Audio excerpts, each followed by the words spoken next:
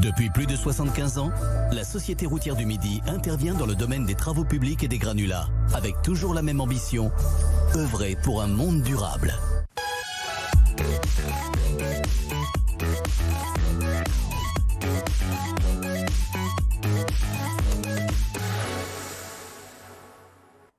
DC Business sur l'antenne de BFM d'ici comme tous les mardis soirs avec celles et ceux qui ont des idées pour faire bouger le territoire. Dans un instant, une invitée qui répondra à mes questions. Avant cela, je vous donne ce chiffre. Le chiffre de la rédaction ce soir qui s'affiche sur votre écran.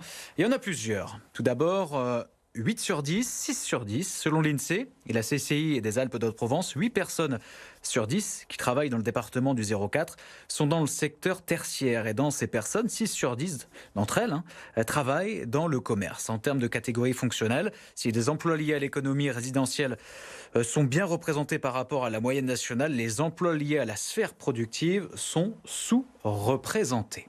Nous allons parler d'emploi, justement, mais pas que, avec notre invitée, Cécile Polivka. Bonsoir. Bonsoir. Merci d'avoir accepté notre invitation sur l'antenne de BFM d'ici. Vous êtes la cofondatrice de Créamondo, c'est ça? Avec exact. Un K, pas avec un C, et le K a son importance. C'est une plateforme en ligne qui mêle boutique en ligne, blog, mais aussi atelier créatif et un annuaire de boutique artisanale. Qu'est-ce qu'on y trouve sur votre plateforme? Alors, aujourd'hui, donc, sur Créamondo, donc, il faut savoir que Créamondo a 2 ans et on a aujourd'hui à peu près 500 enseignes sur Créamondo. Donc, on a toute la dimension e-shop, c'est-à-dire boutique en ligne, où on a une bonne centaine de créateurs, ce n'est pas 150, qui mettent leurs créations en ligne pour qui peuvent être achetées directement sur Créamondo. On a également tout un annuaire de boutiques physiques, donc on peut retrouver des boutiques qui valorisent l'artisanat et la création un peu partout en France et un petit peu à l'étranger aussi, et des ateliers créatifs, c'est-à-dire que quelqu'un qui a envie de faire un atelier créatif, un atelier bijouterie par exemple à Marseille, peut réserver un atelier depuis la plateforme Créamondo. Est-ce que c'est vous qui trouvez les artisans ou est-ce que ce sont les artisans qui vous démarchent? Alors les deux. Parce que donc l'idée de Créamondo, c'est vraiment d'être vers une sélection. On n'est pas dans l'exhaustivité, on est vraiment sur une sélection à la fois sur la dimension éthique, mais également esthétique. Donc on a des créateurs qui nous contactent, des utilisateurs aussi qui nous contactent pour nous recommander des créateurs depuis la plateforme, et des boutiques qui nous contactent, des créateurs aussi avec lesquels travaillent. Et puis nous aussi sur les réseaux sociaux, dans le cadre de rencontres, on va aussi démarcher des créateurs qui nous intéressent et qu'on a envie de valoriser sur Créamondo. Alors, votre aventure est née à Fort-Calquier il y a 2 ans. Les artisans, ils viennent d'où? Du 04, mais pas que. Pas que. Pas que. Essentiellement nous, on est du du 04 ou pas? Non, même pas. Pardon? Essentiellement du 04, ils viennent ou non, même pas? Pas forcément. On en a beaucoup sur le 04, mais honnêtement, on en a un petit peu partout en France aujourd'hui. Et pourquoi vous avez décidé, vous, de vous lancer dans cette aventure? Pourquoi vous vous êtes dit, tiens, on va essayer de faire une grande communauté un peu d'artisans et on va essayer d'aller chercher et trouver des produits quali, comme on dit, et qui répondent à une certaine éthique?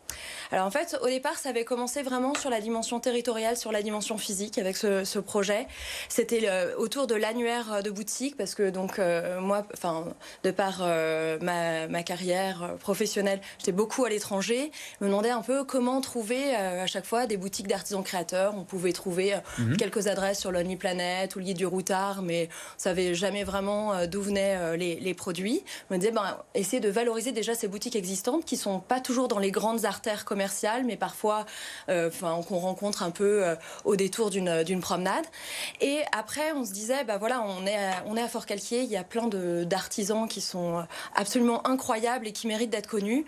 Et on se disait, comment faire aussi en sorte de les valoriser à travers la plateforme. Et c'est pour ça qu'on a vraiment pensé à ouvrir un e-shop pour ces créateurs. Alors, clairement, un e-shop, pour ceux qui ne connaissent pas les téléspectateurs, c'est on va sur votre plateforme, on a quelque chose qui nous intéresse, on le met dans un panier, on règle, on le commande, ça arrive chez nous. Tout à fait, c'est une boutique en ligne. Mais est-ce que vous ne pensez pas, Cécile Polivka, que justement vous mettez en avant des artisans, est-ce que vous ne pensez pas que le fait de ne plus se déplacer, de ne plus aller voir les artisans, leurs boutiques, comment on travaille, quels produits on utilise, est-ce que vous ne pensez pas qu'à terme, ça va peut-être condamner nos savoir-faire?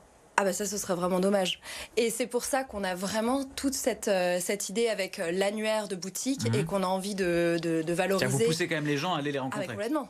parce qu'on les met en avant sur la plateforme. Là, on est en train de sortir le macaron recommandé par Créamondo pour vraiment tisser tout un réseau de boutiques physiques. Parce que l'idée avec Créamondo, c'est vraiment de soutenir les créateurs du début à la fin, que ce soit des créateurs qui aient leur boutique physique ou pas.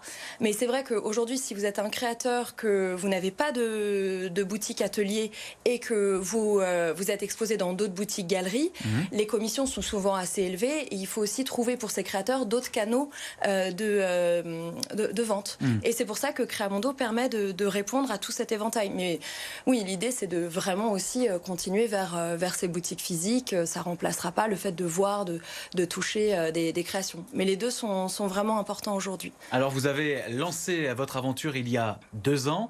On était à l'aube de la pandémie, oui. Tout simplement. Quel regard vous portez sur votre aventure? Difficile d'entreprendre en cette période en France? Oui, honnêtement, ça n'a pas été facile. Après, c'est vrai que là, pour le coup, pour la dimension boutique en ligne, ça a beaucoup aidé les créateurs qui ont dû fermer leur boutique pendant la pandémie. Nous, on a lancé aussi donc toute la dimension atelier créatif au moment de la pandémie, donc c'était pas forcément le moment le plus favorable, donc on en a également pâti. Oui, non, c'est sûr que c'était pas la période la plus évidente. Mais encore une fois, voilà, pour la dimension boutique en ligne, là, c'est aussi une alternative pour les créateurs. Et quels sont vos objectifs? On a entendu le macaron, c'est important pour créer une sorte de communauté.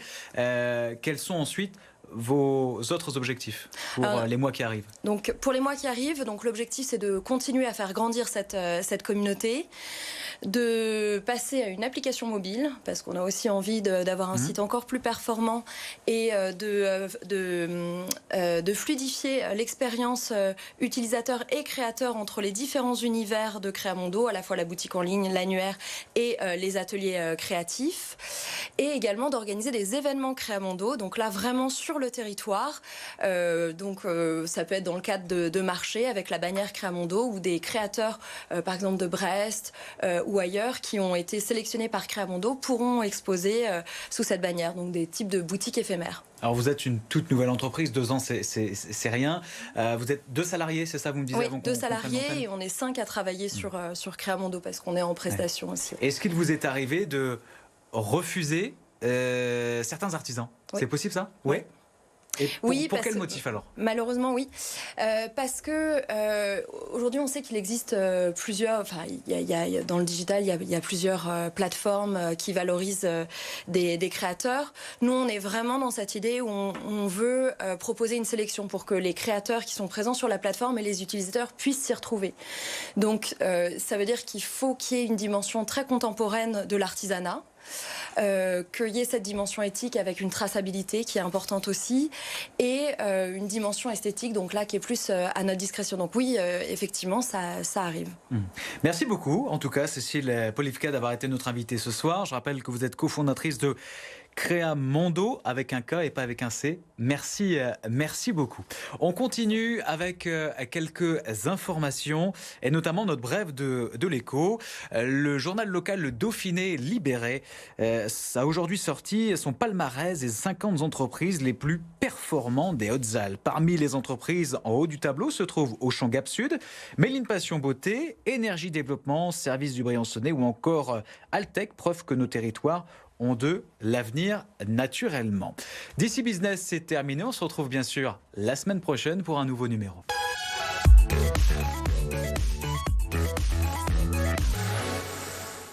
Depuis plus de 75 ans, la Société routière du Midi intervient dans le domaine des travaux publics et des granulats, avec toujours la même ambition, œuvrer pour un monde durable.